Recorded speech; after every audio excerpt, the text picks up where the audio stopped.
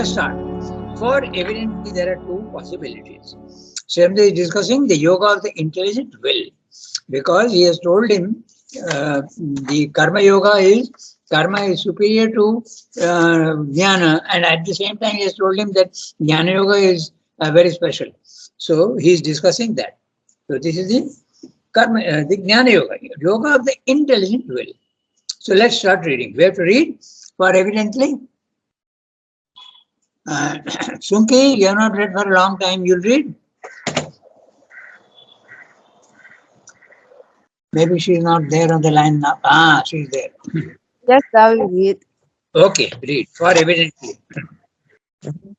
Let me find my earphone. Wait a second. Okay, I used to read. For evidently, there are two possibilities of the action and the intelligent will. It may take its downward and outward orientation towards a discursive action of the perceptions and the will in the triple play of Prakriti, or it may take its upward and inward orientation towards a settled peace and equality in the calm and immutable purity of the conscious silent soul, no longer subject to the distraction of nature. In the former alternative, the subjective being is at the mercy of the object of sense. It lives in the outward contact of things. That life is the life of desire. For the senses, excited by their objects, create a restless or often violent disturbance, a strong or even headlong outward movement towards the seizure of these objects and their enjoyment. And they carry away the sense mind as the winds carry away a ship upon the sea. The mind subjected to the emotions, passions, longings, impulsions, awakened by this outward movement of the senses, carries away similarly the intelligent will, which loses therefore its power of calm discrimination and mastery. Subjection of the soul to the confused play of the three gunas of Prakriti, in their eternal entangled twining and wrestling, ignorance, a false, sensuous, objective life of the soul, enslavement to grief and wrath, and attachment and passion, are the results of the downward trend of the buddhi, the troubled life of the ordinary, unenlightened, undisciplined man. Those who like the Vedabhadins make sense enjoyment the object of action, and its fulfillment the highest aim of the soul, are misleading guides. The inner subjective self-delight, independent of objects, is our true aim, and the high and wide poise of our peace and liberation. Okay, so we'll go sentence by sentence and see what is it. For evidently, there are two possibilities of the action of the intelligent will. Now, the intelligent will is the pure mind, not the not the physical mind, which is the senses, which is the interpreter of senses, not the vital mind, which is also that of the desire, but the pure mind. So with the pure mind, you concentrate, and it has got two actions. One is upward and one is downwards. That's what he's discussing. It may take its downward and outward orientation towards a discursive action of the perceptions and the will in the triple play of Prakriti, or it may take its upward and inward orientation towards a settled peace and equality in the calm and immutable purity of the conscious, silent soul, no longer subject to the distractions of nature. So let's say 1, 2, 3, 4, 5, 6, 7 lines, one sentence.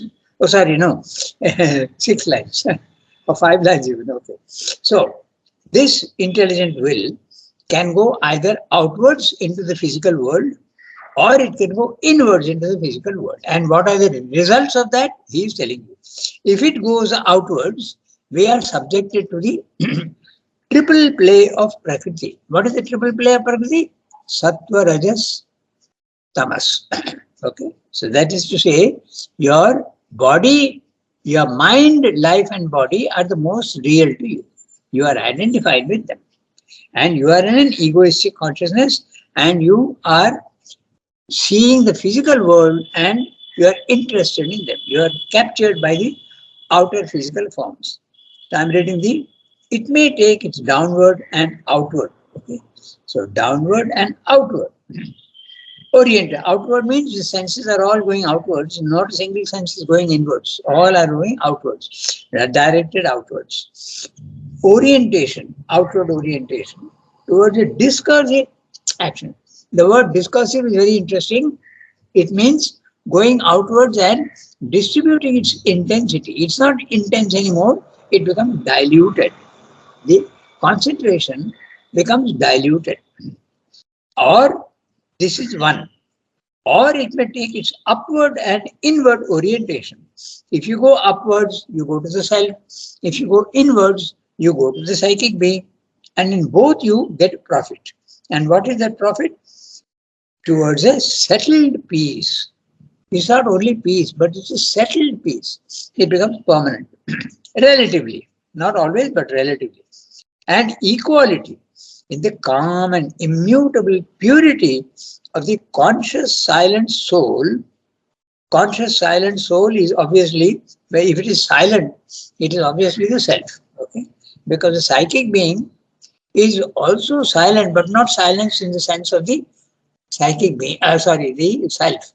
The self is absolute silence. But if this the psychic being comes forward, there is a silence of samatha.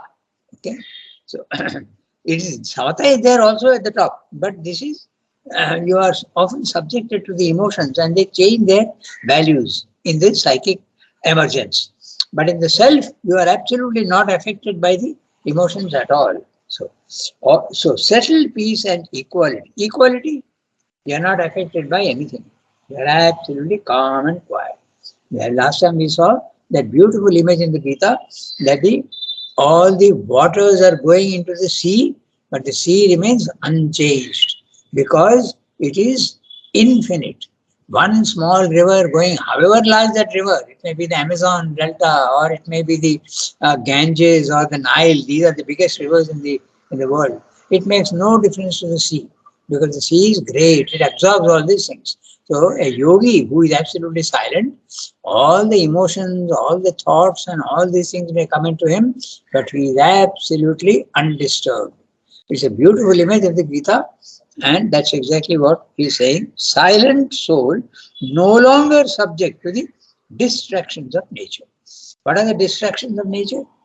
The sights, the sounds, the tastes and the smells and the touches from outside. These are all the distractions of nature. Because as soon as there is a touch, our consciousness goes out to see what that touch is. When there is a smell, our consciousness goes out to see where that smell is coming from. When there is a sound, we get attracted to the sound. Where is it coming from? Sights also are the one that draws us outwards. So that's what he's saying. But if you are in that conscious silent soul, then all these things are coming into you. It's not that they don't come into you, but you are absolutely undisturbed. In the former alternative, former means the when you are going outwards and you are subjected to the forces of nature, sattva, rajas, tamas, identified with body, mind, life. In the former alternative, the subjective being is at the mercy of the objects of sense. Okay? You are subjected to the objects of sense. What is the object of sense? The things that you see in the physical world are the objects. The smells that you smell in the physical world are the objects of sense. The sounds that you hear, sounds also can attract you very much. Na? Beautiful music will attract you. Beautiful, rather loud and noisy music will make you repulsed. Okay? So these are all you are subject to the objects of sense. Interesting language. You are subject to the objects of sense. So it lives in the outward contact of things.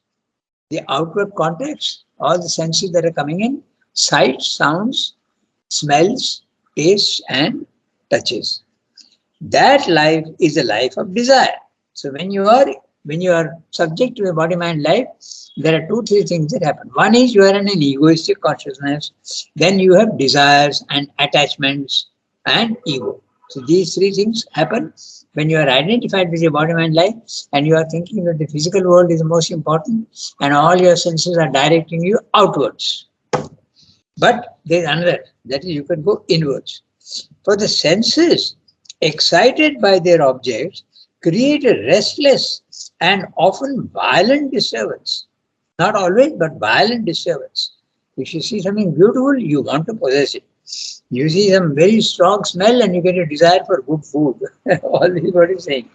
A strong or even headlong outward movement towards the seizure of these objects and their enjoyment. And they carry away the sense mind as the winds carry away a ship on the sea. This is the quotation from the Bhagavad Gita, chapter 2, verse 67. Indriyanam hi charatam yan mano anuvidhiyate tadasya harati prajyam vayu nava iva ambasi. Like a vayu, like the wind, propels a boat on the sea, in the waters, ambasi, waters. So this is the image. So it gets blown away. You can't control yourself. Your mind gets absolutely blown away. I remember a very interesting incident just now, how far it can get blown away. Okay, I have seen two, three. One I was told when some of our boys, Shadin, Devranjan and his brother, they used to go out uh, to Jinji. And one day when they were sitting in Jinji and having their dinner, okay, there was somebody who came and he saw the food they were eating, and he was exactly what Gita is saying here. Okay, he just pounced on that food in the midst of them all and took away the food. So that is so graphic a thing. Of course, he was hungry, but sometimes even if you are not hungry, you will feel hungry if the smells of food are very good, and the smells also. So this is what happens. Recently, a video also has come. Okay, where a homeless man, is running in a train, and as soon as the train is nearing the station and is slowing down, this man grabs the food from some of the passengers and runs out. So the good image of what happens to us, and we just absolutely want to satisfy our desire, and we go to any extent to satisfy our desire. Just like a boat is on a stormy water, it is blown away. So our mind control is just not enough for that. That's what he's saying. As the winds carry away a ship upon the sea. Prajyam harati. Prajyam, your steady, intelligent will. Prajyam, it harati.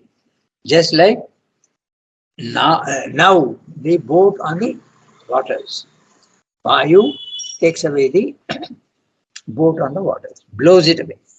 So the mind subjected to the emotions, passions, longings, impulsions, awakened by this outward movement of the senses, carries away similarly the intelligent will, which loses therefore its power of calm discrimination and mastery. If you go inwards, it's the opposite. You can become master, not immediately, but after a good deal of effort, you can become master of these things and you can remain unaffected. Subjection of the soul to the conscious play of the three gunas of Prakriti in their eternal entangled twining and wrestling, ignorance, a false sensuous objective life of the soul, enslavement to grief and wrath and attachment and passion are the results of the downward trend of the buddhi. So, when you are identified with your body, mind, life, these things are bound to happen. You will get completely entangled in the twining and wrestling. Note that you have to really struggle sometimes with your desires. Ignorance, completely not at all clear thinking, ignorance, false, sensuous. The senses are dominating in you. Objective life of the soul. Objective life, the physical life. Going outwards is objective. Going inwards is subjective. Objective life of the soul.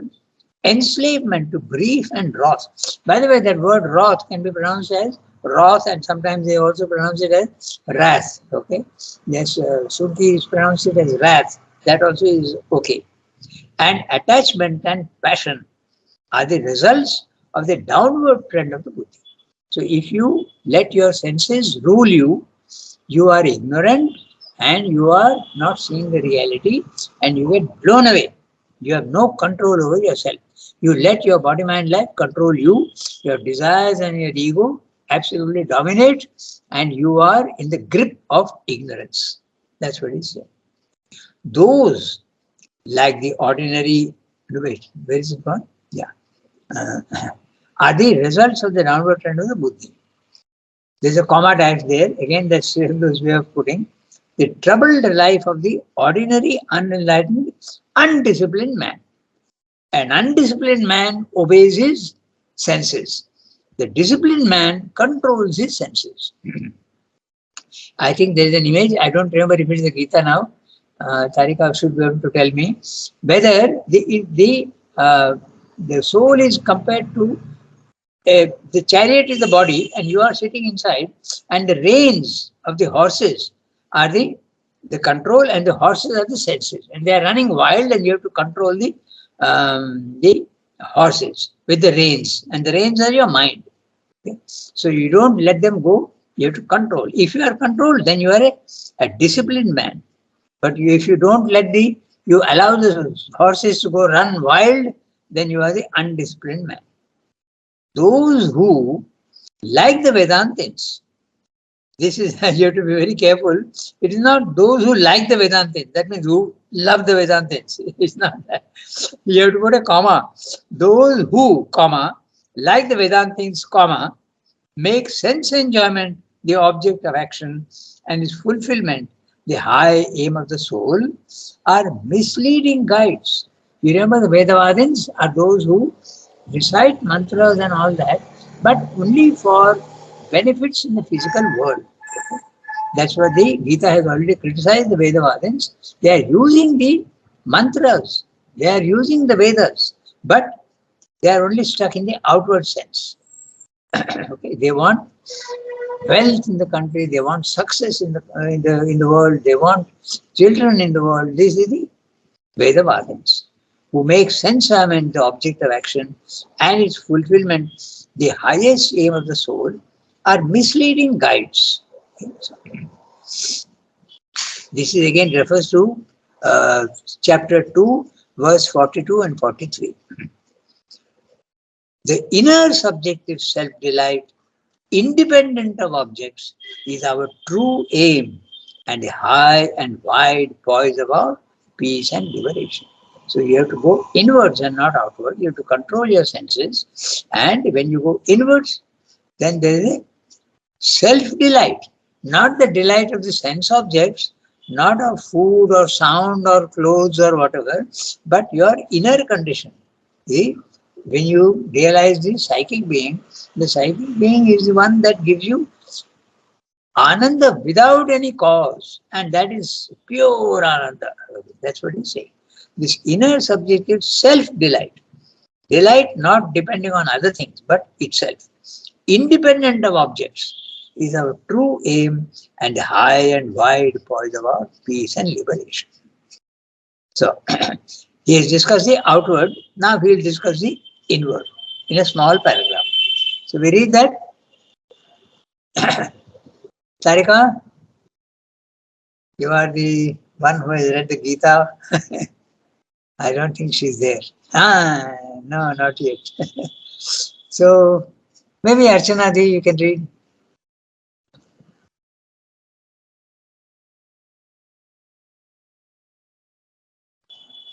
Yes, Mother. Yeah, you can do. Therefore, Therefore, it is the upward. okay. I'm clear now. Therefore, it is the upward and inward orientation of the intelligent will that we must resolutely choose with a settled concentration and perseverance. Vyavasya. We must fix it firmly in the calm self-knowledge of the Purusha. The first movement must be obviously to get rid of desire, which is the whole root of the evil and suffering.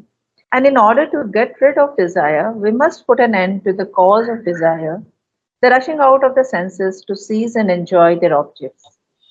We must draw them back when they are inclined thus to rush out, draw them away from their objects, as the tortoise draws in his limbs into the shell, so these into their source, quiescent in the mind quiescent in intelligence, the intelligence quiescent in the soul and its self-knowledge, observing the action of nature but not subject to it, not desiring anything that the objective life can give.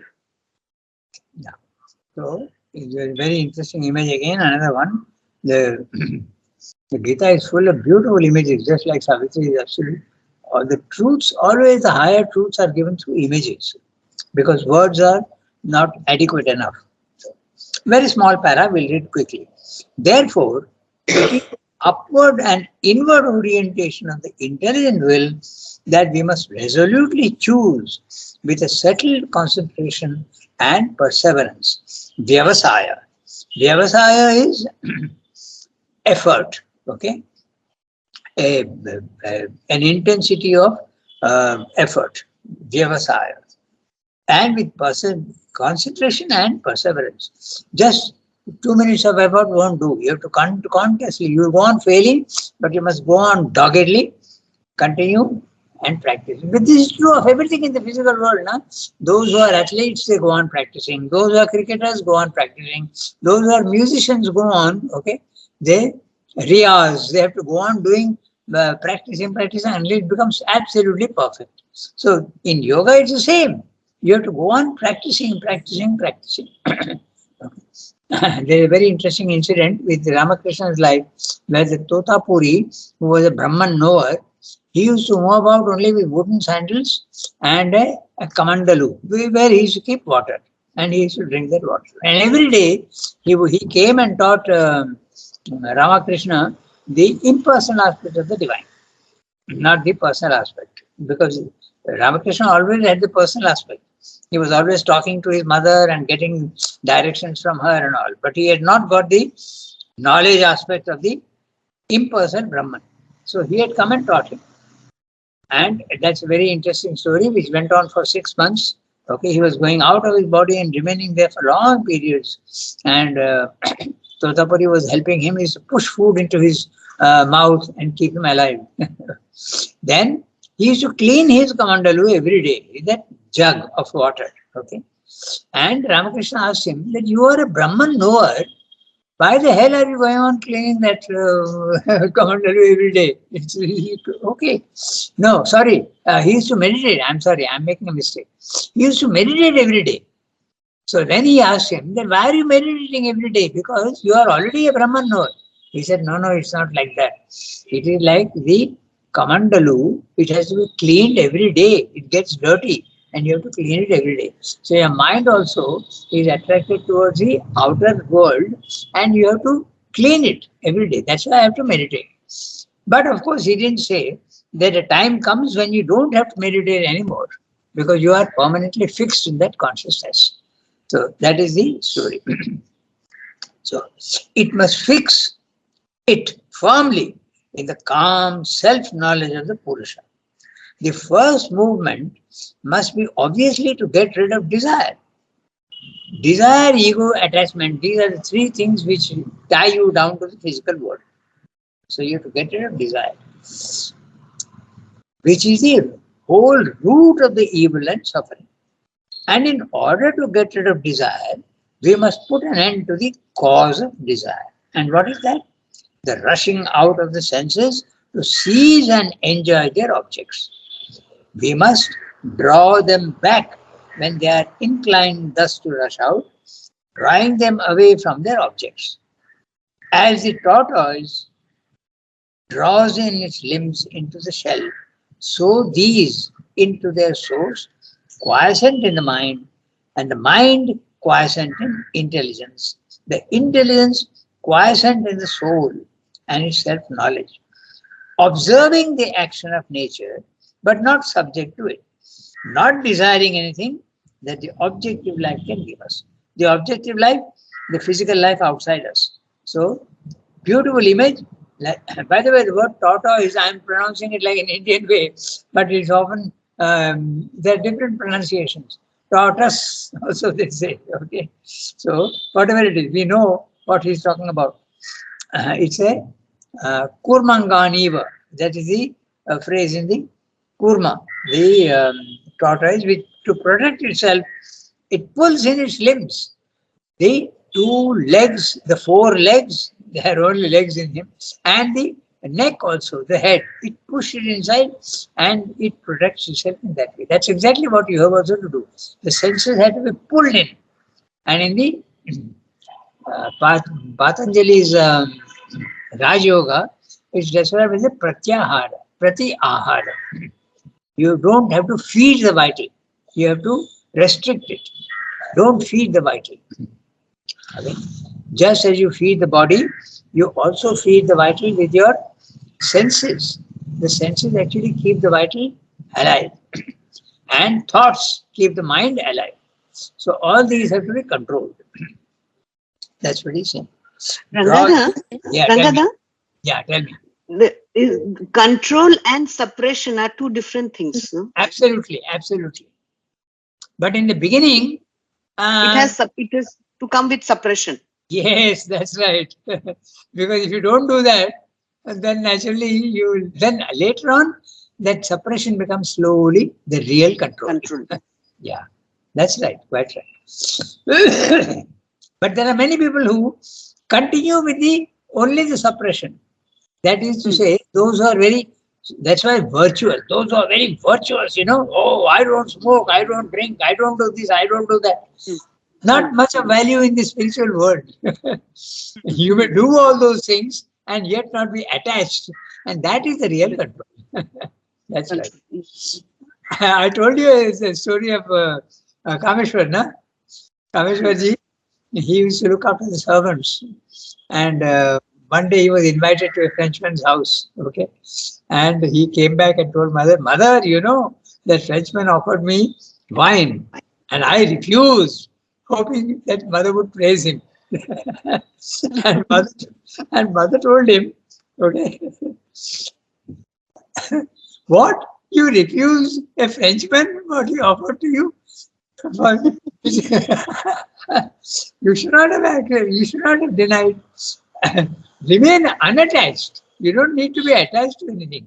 But if you are not attached, then it doesn't matter what you do in the physical world.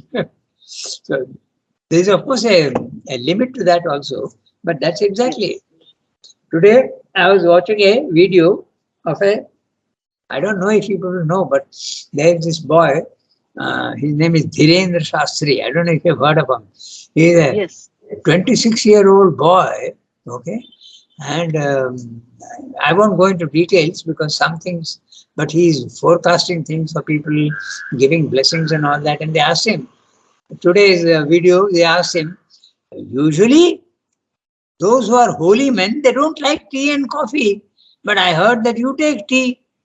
So he said, yes, I do take tea, and because my guru used to give me, he used to love tea with adrak, okay, like the Gujarati tea, they put masala inside. So he says that he used to take, and half the cup he used to give it to me. So when I am drinking tea, it reminds me of my guru, and the guru reminds me of God. So what's wrong with that? So all these ideas of don't do this, don't do that, all moral ideas, they are valid at the lower level, but they are not valid at the higher spiritual level. Morality is not spirituality. That's the difference between suppression and control, real control. So, as the tortoise draws in its limbs into the shell, so these into their source, quiescent in the mind quiescent in intelligence, the intelligence quiescent in the soul and its self-knowledge, observing the action of nature, not rejecting. You're just watching carefully without being affected. Okay. Again, we come back to that beautiful image of the Gita. All the rivers and all the waters are flowing into the sea, but the sea remains absolutely undisturbed because it is infinite. So exactly the same way, sights and smells and sounds and touches and tastes coming from outside leave you absolutely undisturbed. You allow them to come in, but they leave you absolutely undisturbed. So that's the observing the action of nature, but not subject to it, not desiring anything that the objective life can give us. Interesting, you are not desiring, but you are not forbidden to enjoy. So enjoyment is different from attachment. In our case, normally when we enjoy, it gives birth to attachment. I taste a very good mango and I get a desire for more mangoes. Okay. But the yogi, he enjoys it, but there is no desire born out of that because he is not affected by it. Enjoyment is okay, fine, but not attachment. We have got time, we can read, I think, one more para. It is not an external asceticism. That's exactly what we were discussing. So, if Tarika is there, she can read. I don't know if she's there.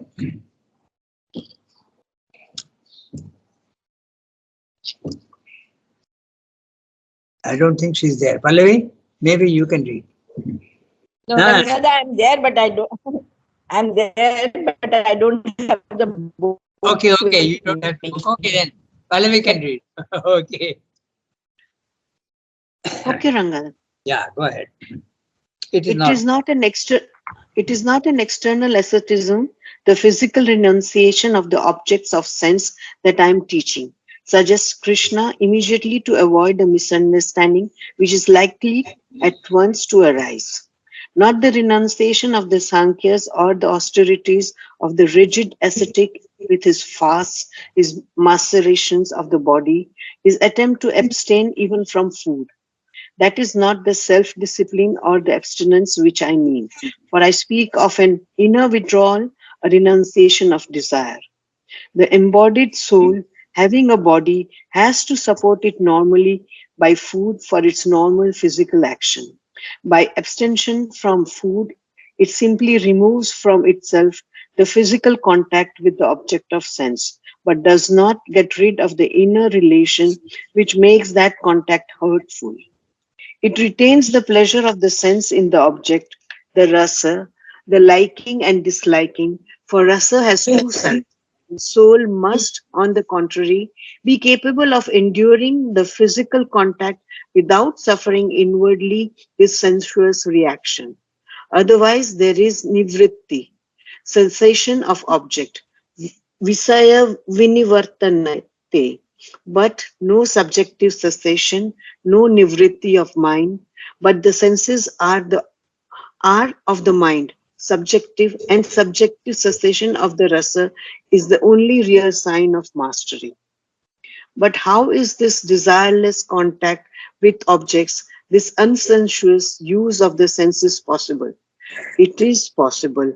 Param dristva, by the vision of the Supreme, Param, the soul, the Purusha, and by living in the yoga, in union or oneness of the whole subjective being with that through the yoga of the intelligence, for the one soul is calm, satisfied in its own delight. And that delight, free from duality, can take once we see the supreme thing in us and fix the mind and will on that, the place of sensuous object-reading pleasures and repulsions of the mind.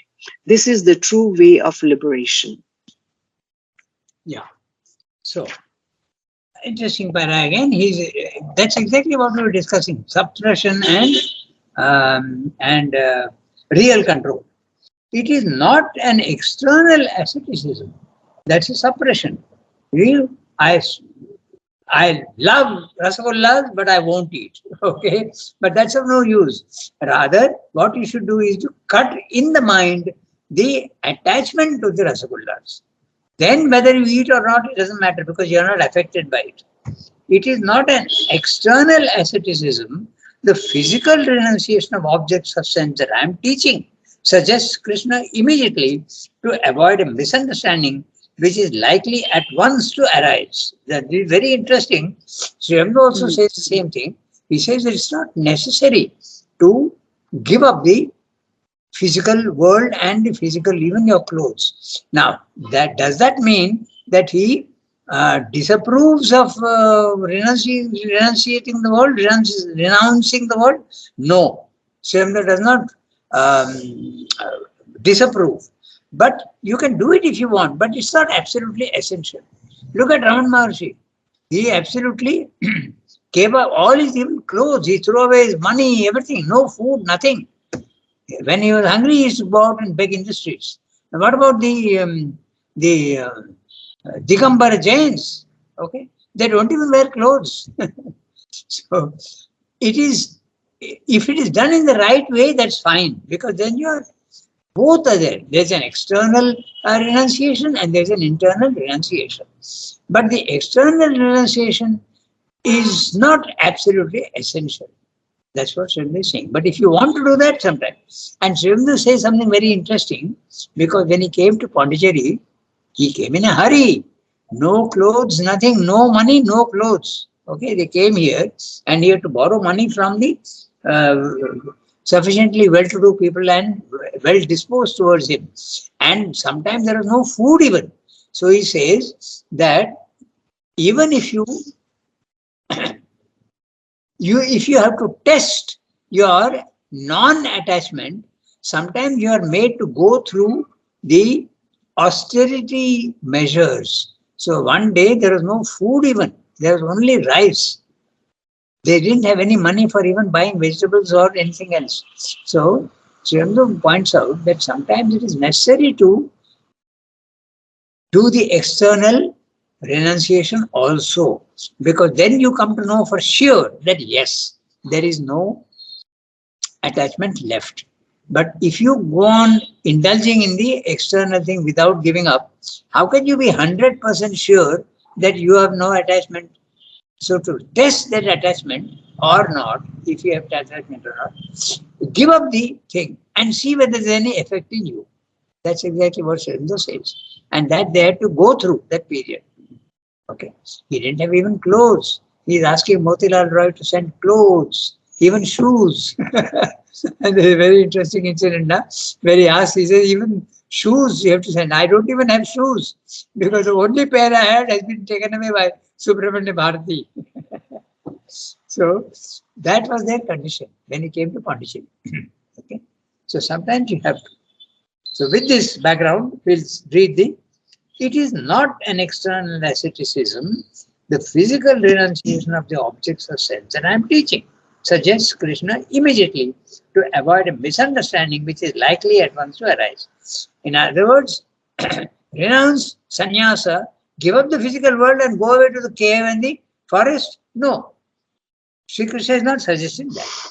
Not the renunciation of the Sankhyas or the austerities of the rigid ascetic, which is fast, is maceration of the body. Maceration, mortification, sometimes they deny food to themselves, deny clothes to themselves in cold weather, and they even lie on a bed of nails, no comfort at all. So all this is not necessary. You may do it to test yourself, but it's not necessary. And certainly not the mortification and the hurting of oneself. Even in Christianity also, the Franciscan nuns or the Franciscan monks, they don't keep any food for tomorrow. If it doesn't come, it's all right. Divine is testing us. They don't keep back any food for tomorrow. The Franciscan monks are like that. They wear sackcloth. They wear rough clothing to get rid of attachment. But that does not necessarily give you the non-attachment. It is more important to do it psychologically. So maceration of the body, certainly, the Gita also does not approve, and neither does Srimdu. On the contrary, if you have a problem with your body, get it cured. Take care of your body. It's an instrumentation given to you by God. Not punish it and not torture it, like many do. There is a Christian tradition also where they do that, and the Muslims also, when they are doing some festivals, they go on whipping themselves in the back until blood comes out. Okay? So these are not things that need to be done. In India, fasting is very common. Okay, but even if you fast, There are many people who fast for one day. If it is done as a measure for health purposes, it may not be bad. But Sri Aurobindo says if it is done for spiritual purposes, there is no value. Because you fast and the next day you eat double the quantity. So he says that is no, just like mauna. Absolute silence also is of no use. Ultimately, the real control is you have to say what is necessary and you have to keep quiet when it is necessary. That is real mauna. So there is a middle path for everything. So, certainly the torturing of the body is not approved by the Gita. Okay, so or the abstinence which I mean, for I speak of an inner withdrawal, a renunciation of desire. Okay, there are two words, sannyasa and the other word is tyaga. The Gita makes a distinction between these two.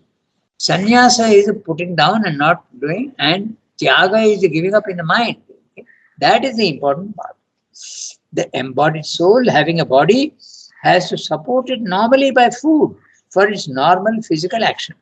By abstention from food, it simply removes from itself the physical contact with the object of sense, but does not get rid of the inner relation which makes the contact hurtful. It retains the pleasure of the sense in the object, the rasa, the liking and the disliking. For rasa has two sides. The soul must, on the contrary, be capable of enduring the physical contact without suffering inwardly this sensuous reaction. Otherwise, there is nivritti, cessation. No nivritti of the mind, but only nivritti of the outward action. Nivritti is a cessation, the stopping. But so there is nivritti, cessation of the object. Vishaya nivartante. Vishaya is the Sanskrit word for sense object. Yeah, sense object. Vishaya. Okay. But no subjective cessation, nivritti. But the senses are of the mind. Subjective and subjective cessation of the rasa is the only sign of mastery. But how is this to be achieved? I'll hurry up because the time is over. So how to achieve this total samatha? Param drishtva. Once you have a glimpse of the supreme reality or God or the silent self, if you have a glimpse of that, then you get the real condition and then it becomes very easy to get rid of it. That's what he's saying. It is possible. But how is this desireless contact with objects, this unsensuous use of the senses possible? It is possible. Param drishtva, by the vision of the Supreme, Param, the soul, the Purusha, and by living in the yoga, a union or oneness of the whole subjective being with that.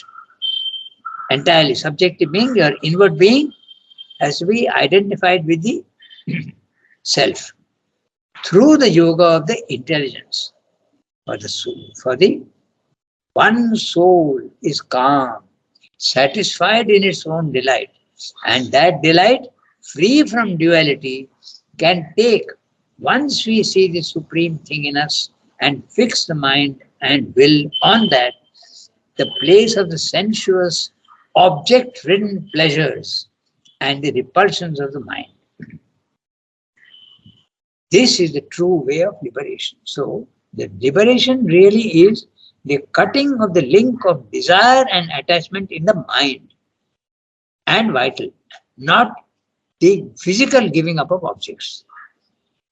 It's not that you don't need to do that. You can do that if you want, but that's not the main thing. The main thing is the cutting of the control in the mind. Okay? So, next time we'll take up the certainly self-discipline control is never easy. Okay. So, the Gita is absolutely fantastic, really most interesting, and I would recommend everyone to read the Gita in English even, It doesn't matter. English also, and Sriamdu's English is absolutely marvelous. So it should be very nice if you can read that. Okay. Au revoir, everybody. Have a nice day. Thank you, Au revoir, Rangada. Rangada. Merci. Bonne journée.